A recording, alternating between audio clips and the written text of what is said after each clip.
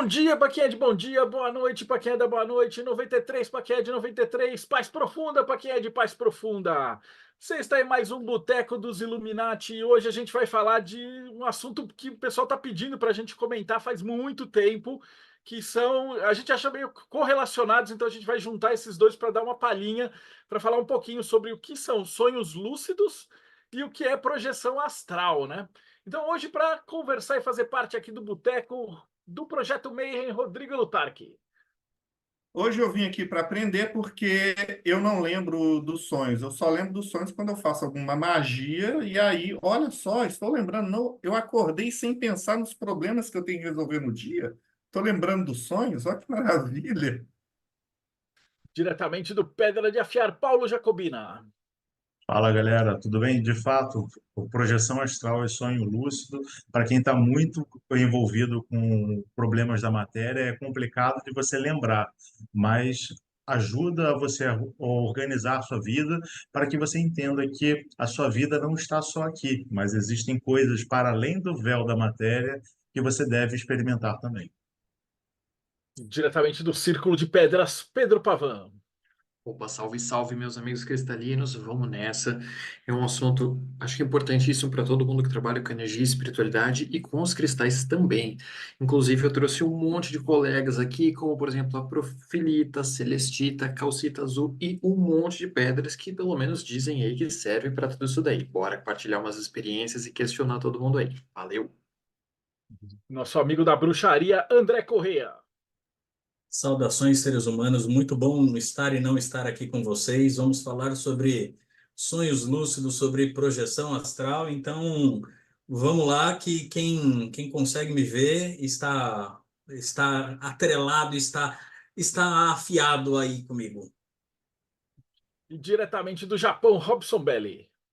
Ohayou gozaimasu para quem está aqui comigo, Konbawa para quem está no Brasil, Konnichiwa para quem estiver vendo à tarde, isso em outro horário. Depois dessa manifestação, essa bilocação do André, né, que nós tivemos, a gente vai estar falando um pouquinho melhor sobre essas questões que são relativas muito a quem pratica magia também, quem precisa aprender essa questão, e eu vou explicar o melhor porquê hoje sobre esse assunto, para as pessoas poderem compreender que magia grimorial também se vale dessas ferramentas. Então, maravilha. A gente vai começar então a compartilhar experiências. Então, Robson, a bola é sua, cara. Então, passar para você primeiro. Bom, vou falar de sonhos lúcidos. Sonhos lúcidos são uma forma de projeção, de certa maneira. Por quê? Porque você está com um pé no mundo astral e outro no que eu vou chamar de sonhar. Mas você está ou não está dentro da sua mente? Essa é uma questão importante, porque quando nós estamos sonhando, reconhecidamente estamos dentro da nossa mente. Mas quando estamos em projeção, já estamos fora do que seria o nosso mundo interior. Mas será mesmo? Então, essa pergunta é importante e eu acho ela muito válida. Ó, tivemos outra bilocação, Pedro já. E o que acontece é que as pessoas elas tendem a considerar essas experiências subjetivas como menos válidas do que, por exemplo, ah, não, eu saí, eu vi o meu corpo. Mas será mesmo que um sonho com uma entidade ou com um ser que conversa com você é menos importante do que uma conversa que você tem no terreiro com alguém que supostamente está incorporado, espera-se que esteja, na verdade? Tipo, até onde a experiência é de fato subjetiva ou até onde ela é real? E esse ponto eu quero trazer aqui como um questionamento para as pessoas que estão assistindo e acham que de repente, esse negócio de sonho lúcido, viagem astral, isso é coisa esquizotérico. E aí eu vou trazer algumas referências. O Arbatel usa a questão dos sonhos como base. É um grimório. É medieval, não é New Age. O Enochiano, da Golden Dawn, utiliza a viagem da visão do espírito como base para a prática em si. E todo mundo entende que o enoquiano da Golden Dawn é um método muito válido e reconhecido. Ainda que seja New Age, pelo fato de ser algo, mas é o New Age dos anos de 1900, não é o New Age dos anos 60. Então, a gente vai ter uma diferença muito grande aí. Bom, já tem gente querendo falar, eu vou dar a palavra. Como eu falei aqui na minha entrada, nesses últimos tempos aí, eu tenho lembrado dos meus sonhos de forma rara. Geralmente, principalmente ano passado, que eu só trabalhei na vida, eu já acordo pensando no problema que eu tenho que resolver. Mesmo lembrando que eu sonhei, aí eu penso, eu sonhei o quê? Antes de pensar no problema que eu tinha que resolver, eu lembrava. Quando eu comecei a pensar no problema que eu tinha que resolver, isso aconteceu hoje. O negócio some da cabeça. Então, como fazer para lembrar disso? Porque, assim, é o que a consciência que está falando. É muito trabalho, né? Aí, assim, quando eu lembro do sonho, por exemplo, eu estava fazendo magia com Arbatel. Aí, independente dos problemas que eu estava passando, eu lembrava do sonho, até detalhes. Enoquiano também foi a mesma coisa. Eu lembrei até de detalhes. Mas, tirando isso, como é que a gente faz para lembrar dos sonhos? Assim, a pergunta mais básica de um noob aqui. Eu vou responder e os outros podem complementar. Basicamente, você tem que dizer ao seu cérebro que essa memória ela é importante. E como você diz algo ao seu cérebro? Criando um hábito. Por exemplo, quando você acorda de uma experiência em sonho onírica, você deve ter um diário dos sonhos, onde você, antes de qualquer coisa, você registrará essa informação, para que você não se esqueça dela com outras coisas. Olha lá, o Marcelo, palmas para o Marcelo. Onde você registrará essas informações fundamentais para que você tenha esse auto-feedback. Olha lá, o Paulo também. Esse auto-feedback, ele é fundamental na questão onírica. Isso aqui é só desse ano. Com isso, você vai dizer para o seu cérebro: olha, eu preciso dessa informação. Porque senão o seu cérebro vai jogar isso para a memória de curto prazo e tchau. Então, o cérebro ele precisa ser disciplinado nesse aspecto. E aí você vai conseguir lembrar todas as suas experiências oníricas. Porque sim, você sonha toda noite, você só não lembra. Aproveitar para fazer um complemento, depois eu faço a minha indagação, né? É que, de fato, a sua rotina também vai influenciar muito nisso. Eu vejo, por exemplo, eu tenho um filho pequeno, então às vezes ele acorda e vai me chamar. Toda vez que ele me acorda, eu tenho dificuldade de lembrar tudo aquilo que aconteceu na noite, porque eu tenho um despertar abrupto em função da chamada dele. Mas até ele ter essa idade, eu conseguia ter, de fato, uma noite de sono tranquila e eu acordava tranquilamente, é uma característica minha. Eu não coloco despertador para acordar. Tenho um compromisso, eu tenho que acordar, sei lá, às 6 da manhã, eu acordo 6 da manhã naturalmente. Eu até boto o despertador por desencargo de consciência, mas eu acordo antes do despertador tocar. Eu uso o despertador como uma segurança, mas não é ele que me acorda. Então eu volto naturalmente ao corpo e ao voltar para o corpo, eu acordo ainda de olho fechado, eu estou relembrando daquilo que eu acabei de vivenciar quando estava fora do meu próprio corpo, seja num desdobramento, seja num sonho lúcido, seja em qualquer experiência que venha a ser. Então, você ter uma rotina de você ter um horário para dormir, você ter um horário para acordar, você ter esse tempo de manhã cedo para você estar com você, de fato, ajuda também a despertar.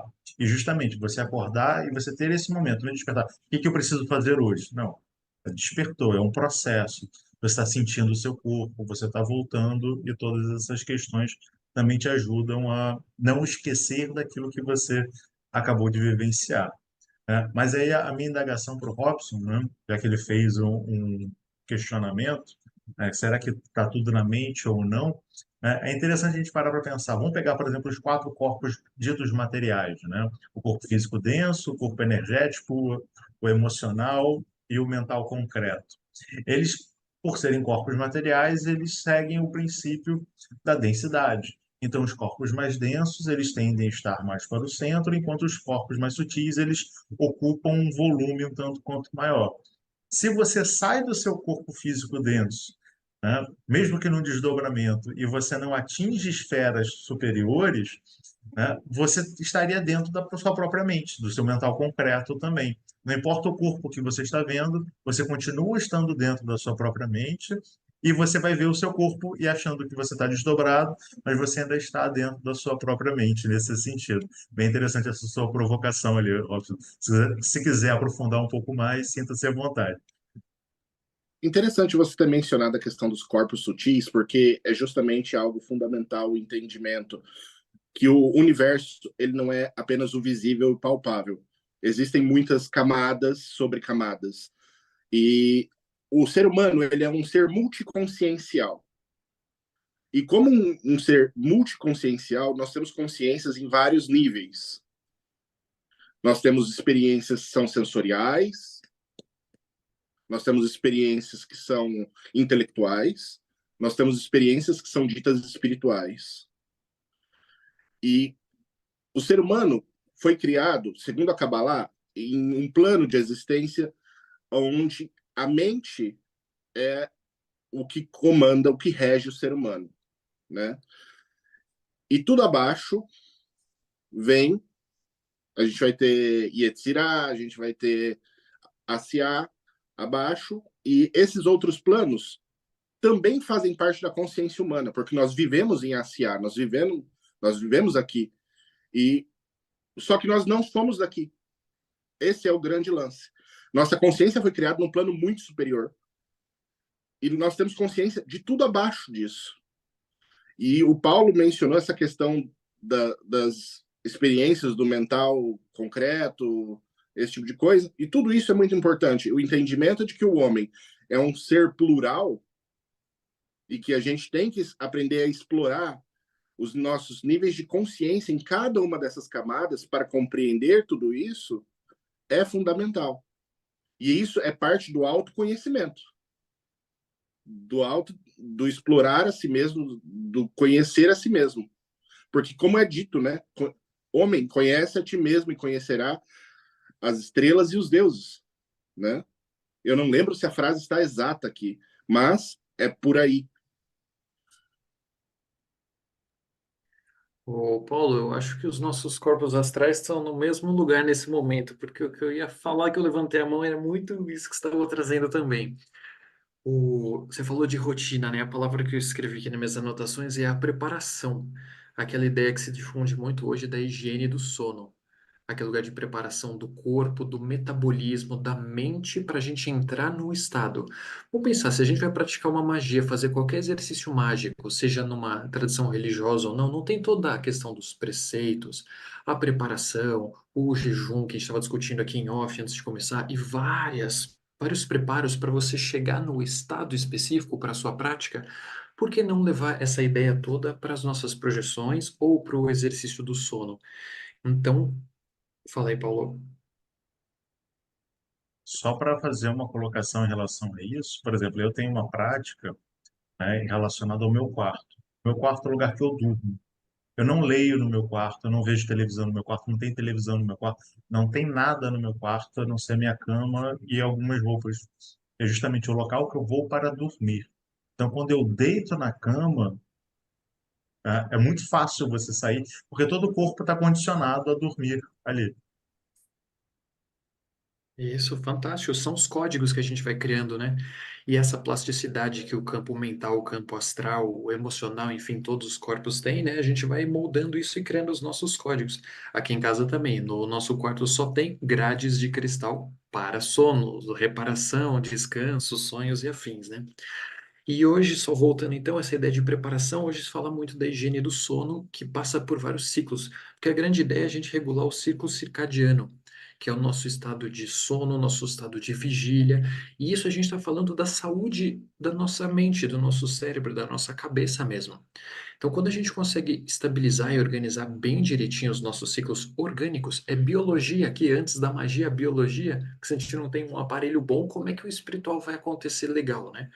Então, eu acho que isso tudo faz parte quando a gente vai sentar para refletir e pensar sobre a qualidade dos nossos sonhos, as nossas projeções, né? O que que a gente está carregando os nossos corpos sutis na hora que a gente vai fazer o sonho.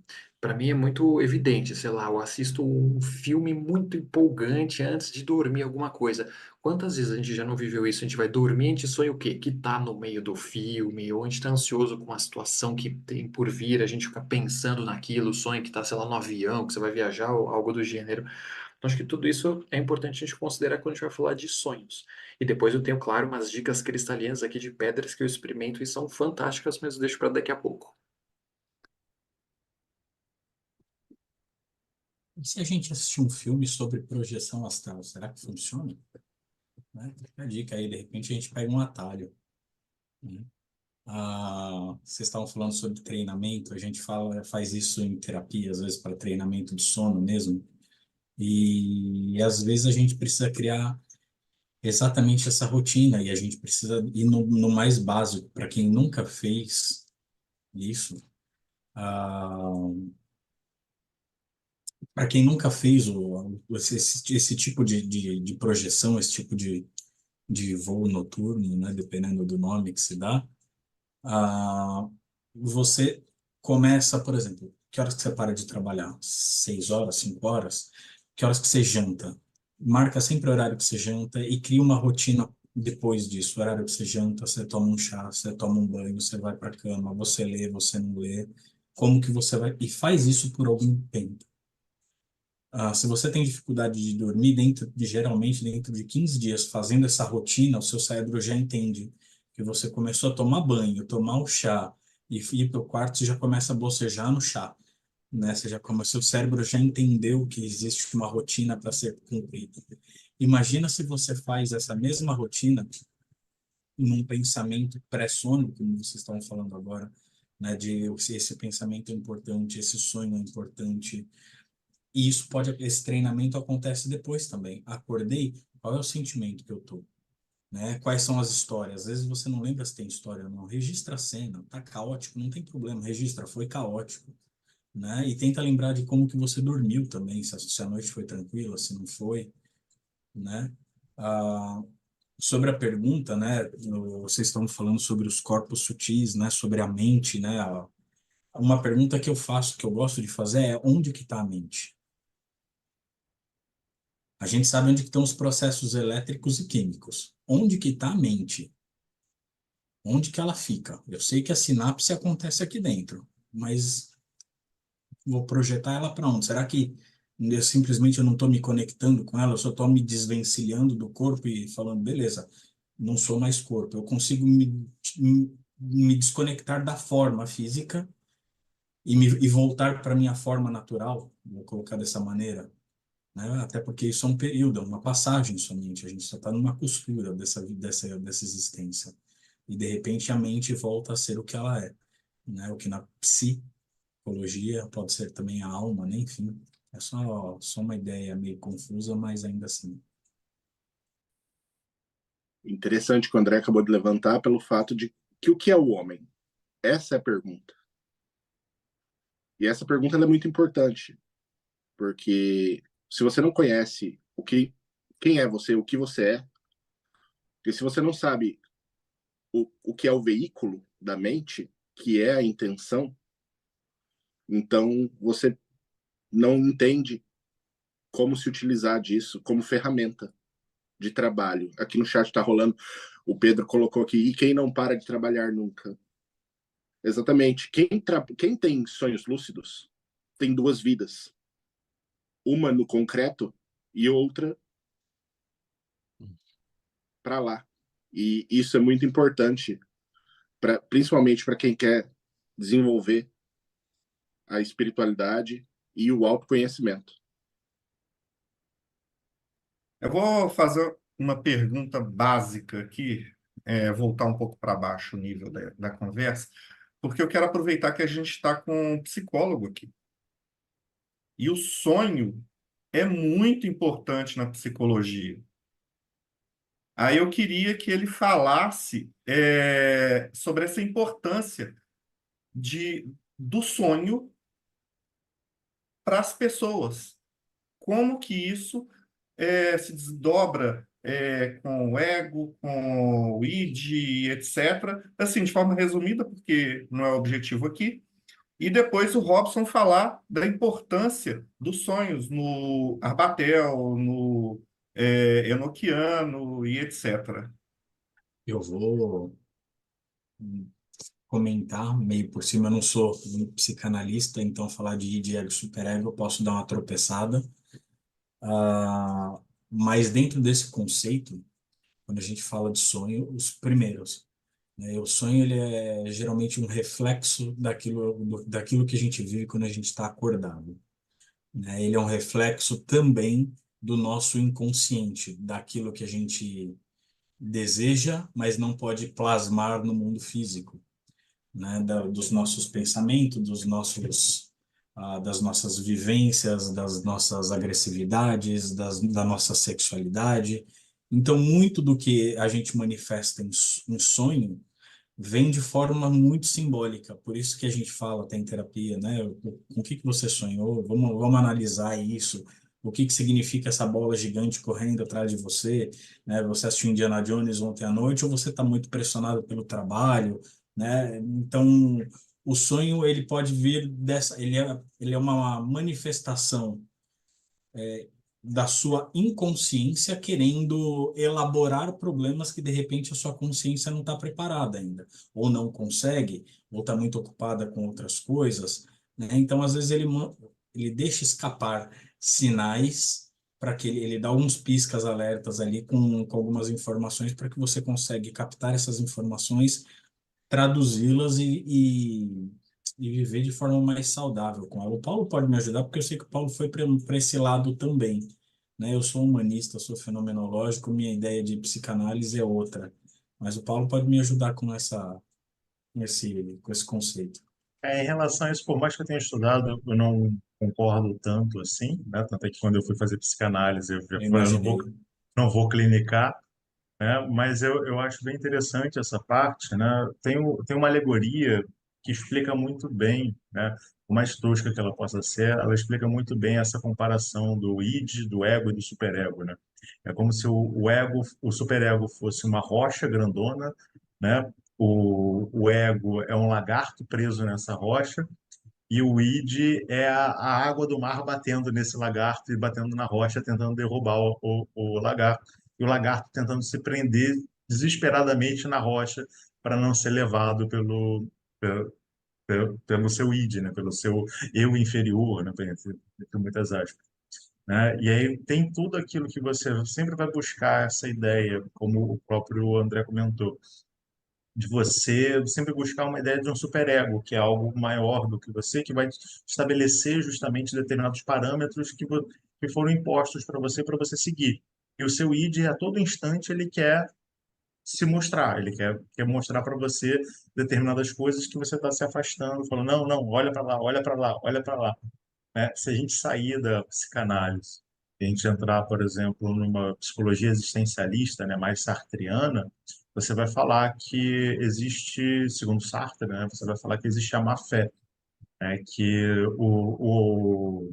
o ego, né, o seu eu, ele sempre sabe aquilo que ele está no inconsciente, né? Porque ele olha para o que está no inconsciente e ele fala, isso eu aceito trabalhar, isso eu não aceito trabalhar. E aí ele joga de volta pro seu inconsciente e não permite que aquilo surja. Aí você está sempre numa espécie de uma má-fé. Você sabe que tem um problema, mas você não quer lidar com ele. E só que volta e meia isso escapa de alguma forma. Aí vai vir num sonho, vai vir aí voltando para a psicanálise, vai vir um ato falho, vai vir uma série de situações nesse sentido para que aquilo que está dentro de você aflore de fato.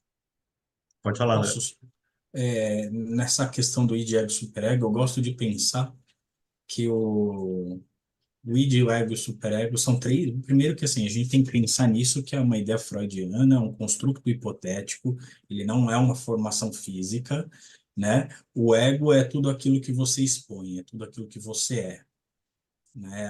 É tudo aquilo que você coloca na vitrine. O inconsciente, o id, é tudo aquilo que é primitivo, que é selvagem, que está abaixo do seu acesso. São são as suas emoções, pensamentos que você não acessa de forma nenhuma. Ela está no seu inconsciente. E o superego, ele é uma porteirinha ali, que libera, ele filtra, ele torna palatável para o ego algumas informações que estão no id. Então, Ele organiza aquilo que está no ID de uma maneira aceitável para a exatamente. expressão dele. Por isso que vem muito de forma simbólica. Por isso que ele vem como um quadro, ele vem como um sonho, ele vem como uma música, como uma poesia, ele vem dessa forma, né? Como um ato falho, às vezes ele mete o pé na porta também, como um ato falho, né? E se você pensar de um ponto de vista behaviorista, né, da psicologia behaviorista, o pensamento ele é tratado como um comportamento encoberto, né? O inconsciente é simplesmente aquilo que não está na sua tela, né? Eu consigo pensar, mas aquilo é um comportamento que eu estou me comportando internamente e de forma encoberta, ou seja, não é visível. Então você precisa, quando você vai fazer uma análise de um sonho, você tem que lembrar e observar quais são os seus comportamentos, como eles se relacionam com quando você se comporta fisicamente no mundo, e ver como isso está relacionado, como isso é reforçado, como isso é. Quais são as relações diretas e indiretas com os comportamentos encobertos e expostos, né? Os comportamentos mais explícitos.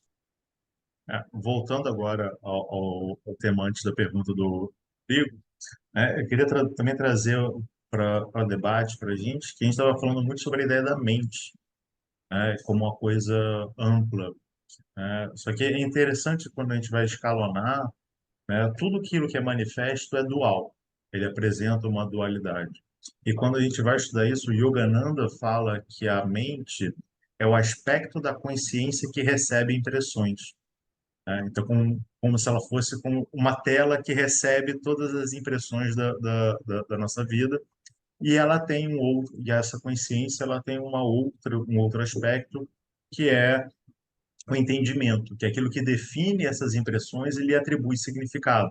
Então, é como se a gente tivesse, de fato, na nossa vida, uma dualidade, né? Essa nossa mente, essa grande mente, ela tem um aspecto que o Yogananda vai chamar de consciência, ela vai ter um aspecto passivo, que recebe as impressões, onde você guarda todas elas e você marca todas essas impressões, ou elas já estão marcadas, e você tem o seu entendimento, que é o arranjo que você faz dessas impressões que ali estão. E através dessa dinâmica é que você vai atribuir significado às coisas. Então, quando você vai voltar à própria ideia do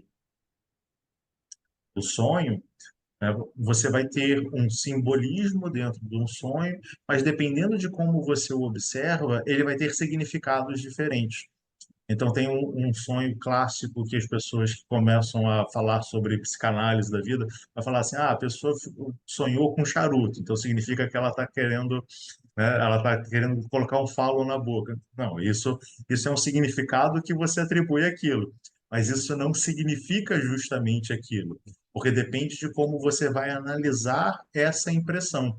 Então, tem muita gente que faz esse reducionismo, pegando a ideia básica do Freud, já que tudo eu falo, por exemplo, tudo é culpa do pai, tudo é culpa da mãe, né? Você vai jogar a culpa nos seus genitores e a disputa pelo falo, e você não percebe os outros simbolismos que estão ali de fato. E às vezes você tem que pesquisar um pouco mais para encontrar o verdadeiro simbolismo que aquilo significa para você. Porque muitas das vezes você vai ter um sonho e você vai dar uma resposta de bate-pronto, né? Porque sonhar com dente caindo é tal coisa, né? Você leu lá no livro dos sonhos que sonhar com dente caindo é tal coisa. Aí você utiliza isso, só que não tem nada a ver com você de fato. Você tem que entender o que que aquilo significa para você. E se de fato você não tem nenhuma referência, aí você começa a ampliar essas referências simbólicas para trazer para, de fato, o significado ali. Aí tem a segunda parte para o Robson, falar sobre os sonhos e a importância nos grimórios, para depois a gente começar a falar sobre sonhos lúcidos. Bom, a questão dos sonhos dentro dos grimórios, muitas vezes, entidades como anjos, demônios, enfim, né? E a gente pode estender isso a toda classe de entidade possível e imaginável, muitas vezes se comunicam conosco através dos sonhos. E isso tem uma importância muito relevante, porque não importa se aquela entidade de fato existe ou não. E isso é uma coisa que eu quero colocar aqui, porque não é a entidade existir ou não que faz a diferença da mensagem, mas é a mensagem em si e como ela é compreendida e como ela altera a sua realidade, sua percepção de mundo, é que faz com que aquela experiência seja válida. Muitas pessoas invalidam as experiências, às vezes porque sonhou de repente com ET Bilu, né? Mas, por mais ridículo que seja o Barney no seu sonho, se a mensagem ela é compreendida e aquilo altera algo em si, no seu mundo interno, na sua compreensão de mundo, e aquilo se torna significativo, então aquela experiência, sendo num sonho ou não, ela é tão válida quanto qualquer experiência que você tenha tido no mundo concreto. E aí é onde a gente chega no limiar entre é só um sonho, mas é real ou não é, né? Porque a gente está falando de uma questão. Pode falar, André. Eu acho muito interessante isso de é só um sonho, mas será que é real ou não? Porque as pessoas, eu gosto muito desse questionamento. Tudo que não é só porque aconteceu na mente que não é real. Por curiosidade, você ama as pessoas onde? A gente só ama as pessoas pela mente, que depois se transformam em atos, que depois se transformam em comportamentos. Mas assim, o sentimento surge ali no pensamento. E só o fato de estar ali, porra, é real pra caramba. O medo é real, né? Então, assim, como não ser? A mente, só o fato de estar na mente não invalida nada. O sonho ele é tão real quanto a realidade concreta, vou chamar assim, física, né? A depressão não é física. Sofre um trauma num sonho, né? Você vai ver o quanto que ela afeta a sua vida. A depressão não é física, mas ela é química também, né, Ela Robson? é química também. Mas estados mentais não são unicamente físicos, né? E eles são reais. Então, atribuir porque é uma experiência do sonho não é real, e as pessoas têm essa tendência hoje em dia, isso é uma coisa que deve ser extirpado da mente de qualquer pessoa que está assistindo isso daqui, para compreender que a experiência da mente ela é tão real quanto a experiência física.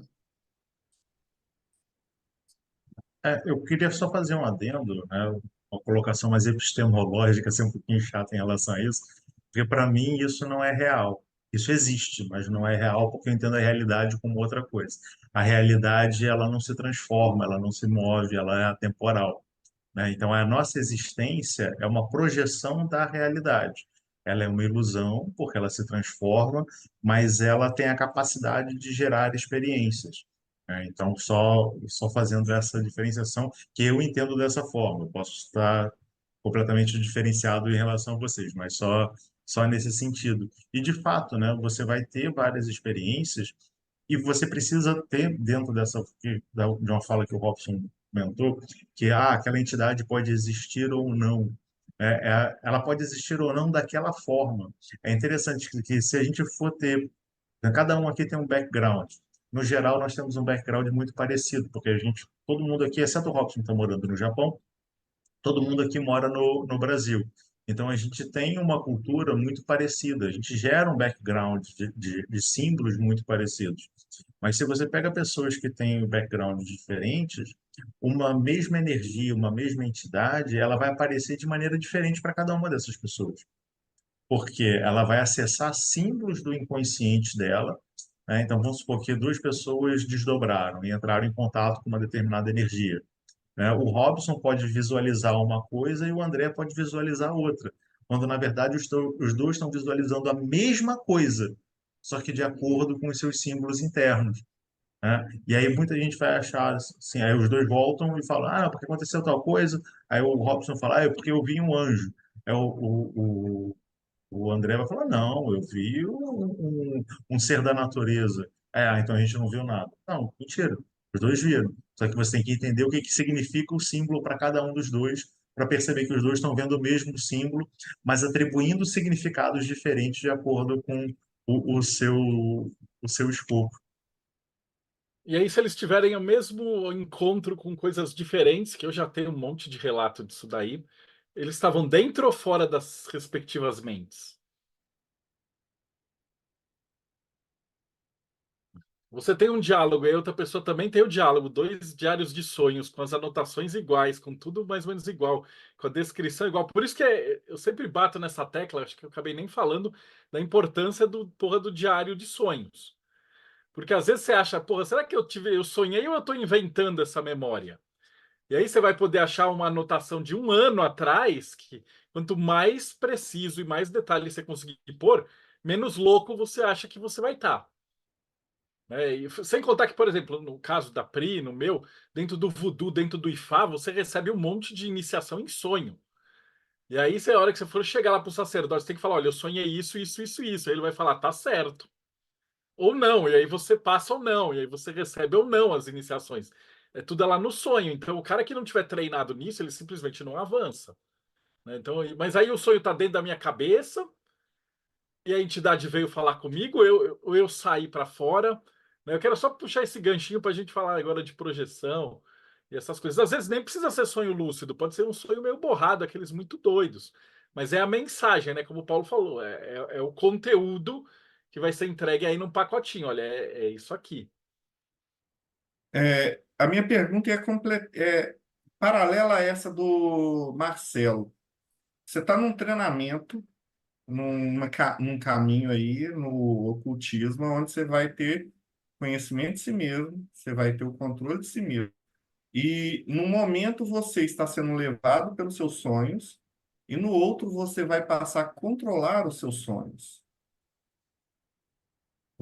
Aí vem a pergunta aí do Marcelo. Você está se desconectando do seu corpo físico, você está ampliando a, a sua percepção. Como é que acontece isso, Robson? Bom, eu vou falar uma questão sobre sonhos com entidades espirituais. Uma, uma coisa que é relatado por grande parte dos praticantes de magia onírica, né, é que quando o sonho é com uma entidade espiritual, a tendência é lembrar melhor. O Rodrigo falou isso no começo da live de hoje, e a experiência em sonho, quando ela é espiritual, ela tem uma tendência a te marcar de uma maneira muito única. Então você vai acabar lembrando de muitos detalhes que no seu normal você não lembraria. Por quê? Porque você está passando por uma experiência que não é comum ao seu cérebro. E isso vai fazer com que o que eu disse antes, seu cérebro olhe para aquilo e fale: opa, isso é diferente. Vamos gravar? Porque não aconteceu antes. E aí ele dá uma importância maior para aquele sonho. Então, normalmente, quando nós temos contatos com entidades espirituais em sonho, igual acontece no Arbatel, igual acontece no Ars Notória, onde você, por exemplo, passa um período esperando com que os anjos entrem em contato com você para dizer se você é digno ou não da prática do sistema, ou o Ars Notória, ou o Arbatel, que você pediu, fez uma solicitação às entidades e elas vêm para falar com você. Eu tive uma experiência, e eu fiz um curso de voodoo aqui na plataforma da Daimon, e eu tive uma experiência, por exemplo, com Dambalá. Eu acho que eu nunca falei sobre isso com ninguém, a não ser com a minha esposa. E foi uma experiência muito maluca, porque eu nunca tinha sonhado, tipo, uma coisa daquele tipo, e eu nem mal tinha contato. Se eu li sobre Dambalá uma única vez antes daquilo, foi muito. E aí, de repente, eu sonhei com uma serpente branca gigantesca, tipo, no meu sonho, um negócio muito maluco. Eu falei, caramba, o que foi isso? E aí eu registrei todo aquele sonho. Quando eu comentei com a minha esposa, ela falou, você já falou com teu professor de voodoo? Aí eu fui falar com ele, ele falou, cara, você passou por uma iniciação com Dambalá. E eu falei, caramba, muito louco isso, muito louco. E realmente foi uma experiência muito marcante, entre outras experiências que eu já tive com entidades grimoriais. Mas a do voodoo foi extremamente vívida e eu acho que uma das mais fortes que eu tive. E isso foi algo assim que mudou bastante mesmo a minha compreensão da importância dos sonhos. Mesmo que eu já tivesse essas práticas dentro da corrente grimorial, ter essas experiências com outras entidades ampliou a minha forma de ver e de maneira muito grande, assim, porque isso traz essa questão e, claro, a experiência que eu tive com Dambalá, eu não vou comentar aqui, foi algo totalmente pessoal, gnose pessoal não se revela, pelo menos para mim não, mas, gente, essa questão onírica, ela trabalha muito o que o Marcelo falou, que é uma iniciação, que é um processo de desenvolvimento. A apresentação dos anjos na tradição salomônica é uma iniciação. É uma iniciação onde você se apresenta aos anjos como disponível, eu quero praticar esse sistema, eu estou apto, e aí eles vão aparecer para você e falar, olha, você não está apto por causa disso, disso e disso, você precisa melhorar. Ou eles vão dizer, sim, você está apto, prossiga na prática mágica. Então, tudo isso são experiências, igual o Paulo colocou, né? Eu concordo com o Paulo quando ele fala que o fenômeno aconteceu, mas não é a realidade objetiva, porque a realidade objetiva, de fato, é algo muito diferente do que a realidade Uhum. Fenomenológica. Isso. Mas, ô Robson, desculpa te interromper. E quando o cara tem um sonho ou uma projeção, algum trabalho espiritual e acorda com as marcas, acorda, sei lá, com a dor, com roxo no corpo e manifestações Não é físicas mais do ou menos, rolê? isso não é mais ou menos relevante do que o cara que acorda sem essas marcas, tá? Ainda que existam as marcas físicas, e isso é bem legal, né? Porque traz uma noção diferente daquela experiência, aquilo não é diferente da experiência mais subjetiva de alguém que foi e conversou, por exemplo. Eu já tive inúmeras conversas com entidades e eu lembro da questão quando foi Dambalá, eu lembro quando foi Papa Legba. E, assim, a do Papa Legba, cara, foi uma coisinha tão suave, tão tranquila. Foi um passeio conversando com um senhor, lado a lado, por um caminho. E foi uma coisa, assim, que me marcou de uma maneira tão profunda que foi aonde realmente eu olhei e falei, cara, eu preciso sair um pouco da minha caixinha de falar com um anjo, demônio, e começar a conversar mais com esses espíritos, porque eles têm uma sabedoria gigantesca e eles têm uma visão muito prática. E muitas vezes eu já tive experiências, e uma vez eu me lembro muito claramente de que eu tive um sonho com uma entidade da Goécia, não foi uma experiência gostosa, aonde eu acordei realmente com marca física daquilo. E eu falei, caramba, tipo, que é legal, você olha e fala, caramba, mas hoje eu olho a experiência que eu tive, por exemplo, com o Papa Legba, que foi uma conversa caminhando por um caminho, e foi tão significativo para mim quanto a experiência que eu tive com a entidade da Goécia. Então, assim, esse negócio de ser ou não real só por causa de uma marca, cara,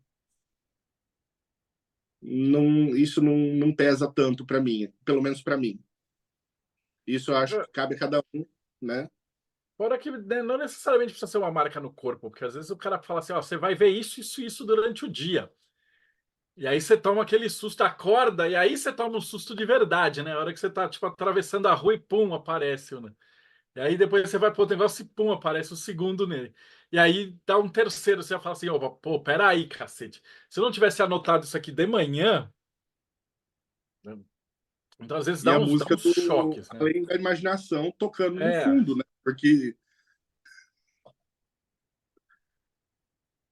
Eu vou te fazer uma pergunta, Robson, para saber a sua opinião em relação a essa questão. A gente está falando de sonhos, a gente está falando de projeção quando você vai dormir. E mas quando acontecem fenômenos, quando você está, de fato, em tese, no seu estado de vigília, vamos colocar entre aspas, né? Situações do tipo assim, você está... Falar uma coisa que já aconteceu comigo. Eu estava andando na rua com um colega meu, aí veio alguém e me falou alguma coisa e foi embora. E eu, peraí, o que que é isso? Aí eu olhei assim, tipo, aí meu amigo, o que que você está fazendo? Ele, não, você não viu aquela pessoa? Eu falei, não, vi de jeito nenhum. Você interpreta isso como? É só uma questão de clarividência? Ou você também vê isso como uma projeção? Ou as duas coisas? Ou nenhuma das duas? Né? como eu falei antes, o ser humano é um ser multiconsciencial.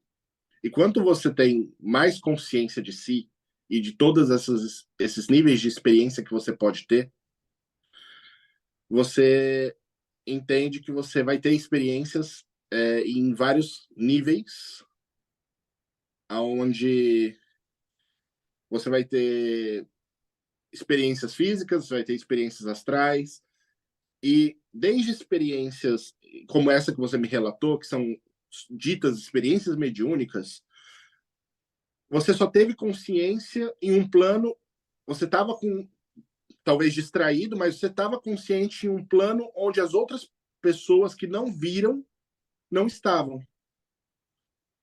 Então a sua consciência ali estava desperta.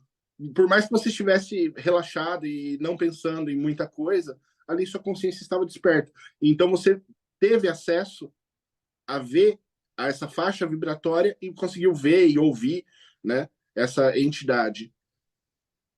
Agora, a Golden Dawn, ela trabalha a projeção lúcido, não é dormindo. A viagem na visão do espírito acontece com a pessoa completamente desperta. E é uma projeção. E aqui entra um ponto importante que foi mencionado já na live e eu deixei passar, mas agora eu vou mencionar. Eu não lembro quem, acho que foi o André, que mencionou a questão da imaginação. E o quanto a imaginação é importante nesse processo de sonho, de projeção astral e até mesmo agora, e muito mais importante, para projeção consciente, acordado, em vigília. E esse processo todo, para praticantes da viagem da visão do espírito, com base nos ensinamentos da Golden Dawn, inicia com uma chave, com a imaginação. No grimório chamado Semíforas e Shemham Meforash, que vai estar sendo editado em breve, vai ser lançado, ele cita alguns estágios. E o primeiro estágio da mente que ele cita é justamente a imaginação, como um processo que liga, que dá o start no motor para você ter a conexão com o espiritual, onde você abre uma porta, ou você abre uma fenda, ou você liga a sua visão espiritual através do processo imaginativo, e depois que ele pega por si mesmo, você desliga. Você para de imaginar ativamente qualquer coisa e permite-se viver a experiência espiritual sem a sua interferência para criar aquilo, mas aquilo vai continuando acontecendo. Onde você só deu início com a imaginação, mas depois você parou com isso. Então, eu coloco aqui para vocês também. Como vocês entendem essa questão da participação da imaginação humana dentro desse processo? Olha, eu vejo que isso, a parte da imaginação, cara, é essencial. Essencial. E quantas vezes, eu acho que com certeza vocês têm esse tipo de experiência também, de repente você tá ali e você sente a necessidade de assistir um filme, ou ler algum negócio, ou pegar uma revista específica, e você começa a folhear essa revista, você começa a ver o livro, alguma coisa, assistir uma série, e naquela série tem algum personagem, tem algum padrão de cores, algum movimento que depois, num trabalho de sonhos, de meditação, algo vem uma mensagem e é algo muito parecido com aquelas imagens, né? O quanto tudo isso é importante para trazer, acho que registros para o nosso consciente e nosso inconsciente que vão sendo usados para embaralhar e fazer o construto mental ou espiritual depois para a gente que vai se revelar numa forma que é a nossa forma, ok, mas puxando aquelas referências, né? Do tipo, se a gente for pensar, vamos fazer um exercício prático aqui, ó. Imagina, gente, um Hallyu, sabe? Você lembra do Hallyu? Então imagina ele, traz a imagem do Hallyu na mente. Então conseguimos visualizar? Claro que não, porque eu inventei esse nome agora. Não existe uma parada chamada Hallyu. Mas agora, se a gente começa, não, ele parece um elefante, mas é meio azulado, mas ele tem chifre. A gente começa a criar uma imagem. E o quanto, né? Você está falando muito do lugar onírico. O onírico, tecnicamente, é aquilo intangível, né?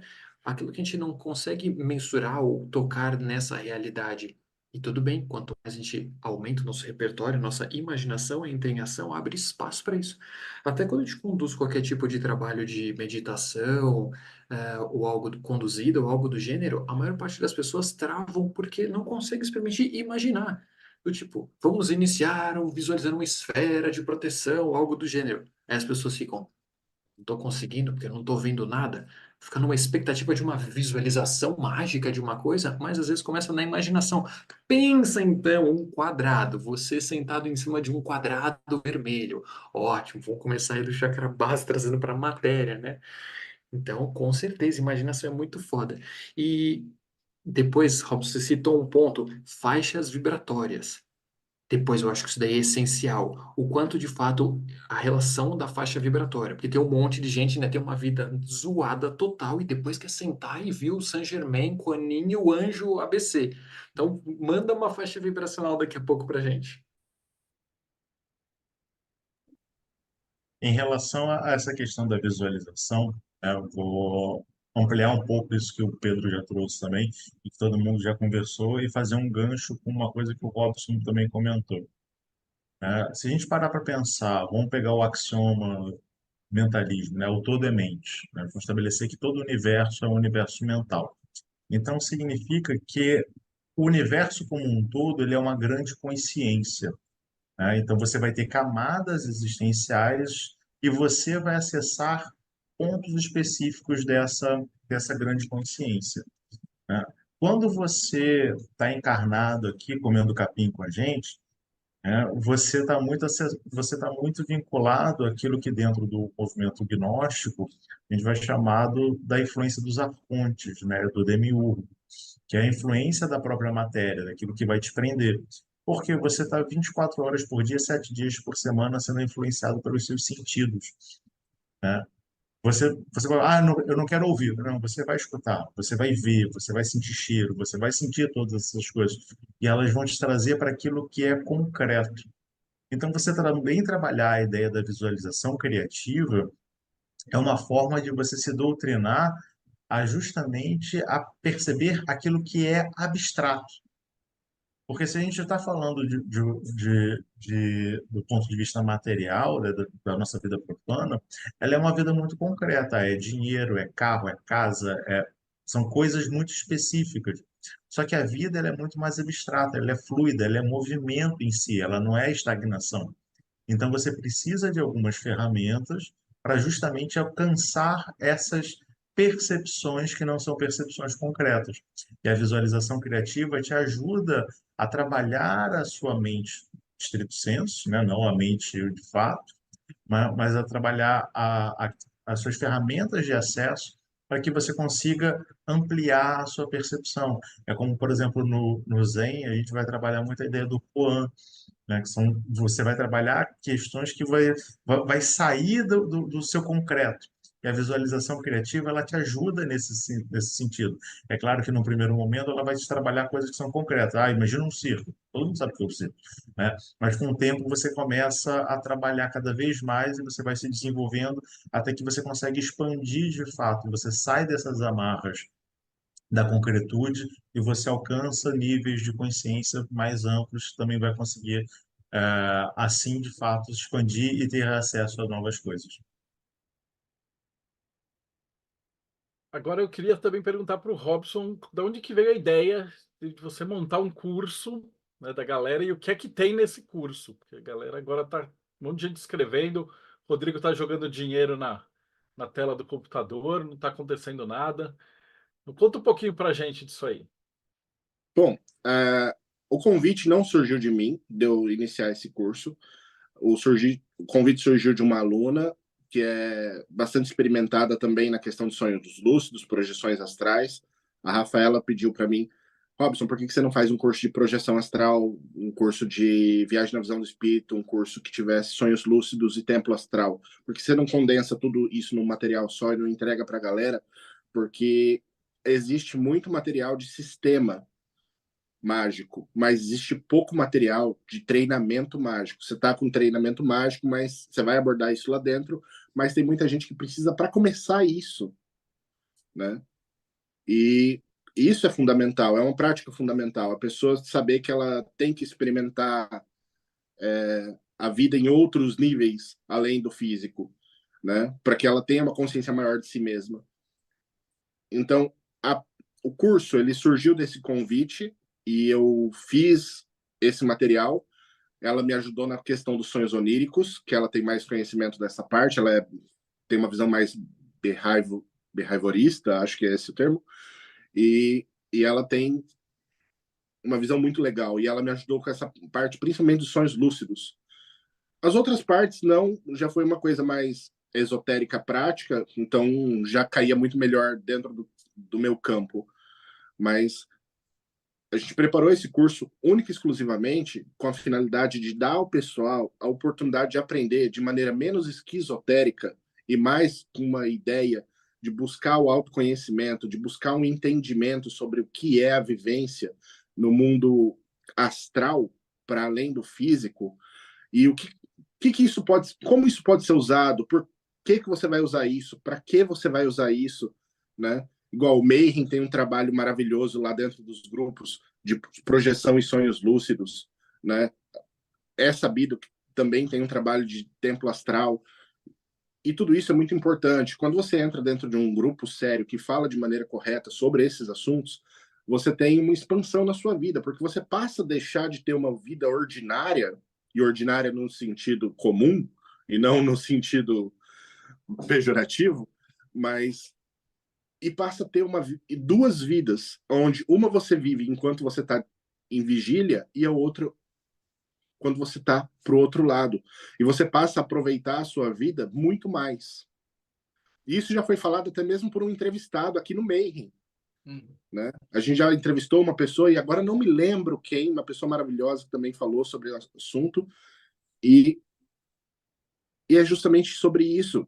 Você ter duas vidas, você poder expandir mais a sua consciência, você poder ter mais tempo para evoluir como pessoa, para compreender mais coisas, para entrar em contato com mais entidades, ou até mesmo consigo mesmo, no seu eu superior, né? As pessoas gostam dessa ideia do eu superior. E eu vou dizer dessa forma para não dizer sagrado anjo guardião ou qualquer outra coisa, né?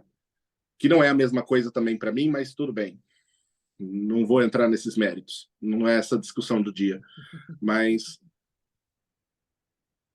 é por isso que eu criei esse curso, para que as pessoas pudessem ter oportunidade de, sem coisas quânticas, sem besterol, poder aprender com alguém que fala sobre o assunto de uma maneira direta, prática e objetiva, para que elas decidam, a partir daí, se elas querem ou não ter essas experiências. Fantástico. E aí, como é que a gente acha? Bom, se a Daimon não for oferecer esse curso, coisa que eu acho difícil, vai estar na Daimon. Se não, tem que falar diretamente comigo, né? Porque eu sou uma besta quadrada em programação de sites e eu não consigo vender automaticamente. A pessoa clica lá no botãozinho, paga para mim e cai para ela o acesso. Eu ainda não tenho essa capacidade, né? Eu sou muito bom no que eu faço, mas eu também tenho minhas restrições intelectuais. Então, basicamente, ou a pessoa fala comigo direto, ou então depois que se a Daimon tiver interesse em publicar, vai estar na Daimon. Eu acho que vai estar naquela plataforma que a Pri montou já, então provavelmente é você que está assistindo isso do YouTube, se não me engano, projeto mayhemcursos.com.br. E aí vai estar tudo já sincronizado, né? A gente percebeu que tinha um monte de pessoas maravilhosas que a gente entrevistou que estavam com vários cursos fantásticos e sem ter onde colocar eles, né? Em que plataforma, como é que faz e tal. E aí a Priscila teve uma ideia maravilhosa de centralizar essa plataforma para as pessoas conseguirem achar as pessoas sérias e os professores sérios num lugar só, né? Pô, Robson, maravilhoso esse bate-papo. Eu acho que a gente vai tô enxergando, deu uma hora. Então, Paulo Jacobina, suas considerações finais.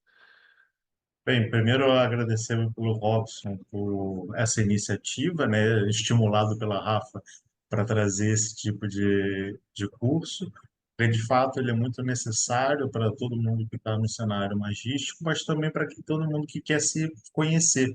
É uma ótima ferramenta para te ajudar nesse sentido, né? E aproveitando também a deixa, né, do autoconhecimento, se você quer também se autoconhecer, venha para o Pedra de Afiar. Entre no nosso site, pedradeafiar.org. De tempos em tempos, nós abrimos turmas, grupos de estudo que você vai poder participar também. O Robson, inclusive, estará no nossos grupos, né, daqui a pouco. E você também pode conhecer os nossos vídeos, né, no nosso canal no YouTube, youtube.com/Pedra de Afiar. Toda semana tem vários vídeos com os temas mais diversos de psicologia, de psicanálise, de história, de magia, inclusive, né? Essa semana estamos lançando mais uma operação alquímica e sempre passando conteúdo e te auxiliando no seu processo de autodescoberta. Pedro Pavan, considerações finais. Bom, meus amigos, com certeza esse tema de projeções e sonhos são essenciais para qualquer um que está a fim de se aventurar pelas pradarias mágicas, espirituais, de todas as formas. Não importa a sua vertente, sua tradição, seu caminho espiritual, em algum momento você vai topar com isso daí. Mesmo porque algumas tradições também vão dizer que esse acesso dos sonhos é o momento de que você se conecta com a sua alma. E o que é mais espiritual do que o próprio espírito, a própria alma, né? Então, se aprofunde nesse assunto, vai estudar, vai buscar referências com o próprio Robson e vamos que vamos. Com certeza o material é maravilhoso. E falei que eu ia dar uma dica cristalina aqui de como você pode trabalhar isso. Então, vou trazer uma pedra super top, topzera. É essa daqui, gente. Talvez não dê para ver muito bem aqui, mas é uma apofilita. Se a gente observa, ela tem até uma forma piramidal natural. Olha isso, gente. Isso daqui não foi lapidado. É chamada de apofilita. Se a gente vai esmiuçar o termo da palavra, apo vem de away, longe, além de. Então, só pelo nome dela, a gente já entende que é uma pedra que nos leva para além. Então, é muito boa, uma pedra muito especial e ajuda muito. Você pode colocar embaixo do seu travesseiro e experimentar nas projeções, ou se você for experimentar as projeções astrais consciente por meio de meditação, senta lá, segura lá na mão, segue o seu caminho e faça suas experiências. Belezura? Se você curtiu essa dica cristalina e tudo isso, é só procurar a gente ali, Pedro Pavan, no Instagram, e vamos que vamos nos unir no Círculo de Pedras. Valeu! Rodrigo Lutarque, considerações finais. Olha, minha recomendação é essa, catarse.me/TDC. Essa live foi fantástica, foi uma aula aqui. E, assim, adorei as dicas do Robson. E eu, além de falar da revista de Hermetismo, hoje, como o Robson me lembrou na fala dele, no projeto Mayhem, aqui tem Sonhos e Projeção Astral, é um dos grupos que está dentro do grupo do Telegram. Nós temos aqui mais 20 fotos, 3 vídeos, 13 arquivos com textos interessantes sobre o tema, 30 links sobre técnicas e assuntos também de sonho lúcido, projeção astral, e um pessoal bacana aqui que sempre mantém o grupo movimentado sobre o tema projeção astral. Então, minha recomendação é catarse.me/TDC, aonde você vai encontrar o seu caminho para sair do corpo e se divertir à noite, já que de dia você está sempre trabalhando. E se você curtiu a sua primeira vinda aqui no Boteco dos Illuminati, lembra que essa entrevista é 491. Então dá uma olhada no canal, aperta o sininho, dá uma olhada nas playlists, que sim, você escutou certo, tem 490 entrevistas com os caras experts em todos os assuntos que você puder imaginar passando assim de martinismo até quimbanda, de budismo até goécia, de satanismo até exorcismo. A gente entrevistou todas as pessoas feras. E esse ano de 2024 a gente vai continuar com esse projeto, caçando gente que tem muito para oferecer e para conversar. Então, segue a gente, acompanha o canal e a gente se vê aí no próximo Boteco dos Illuminati.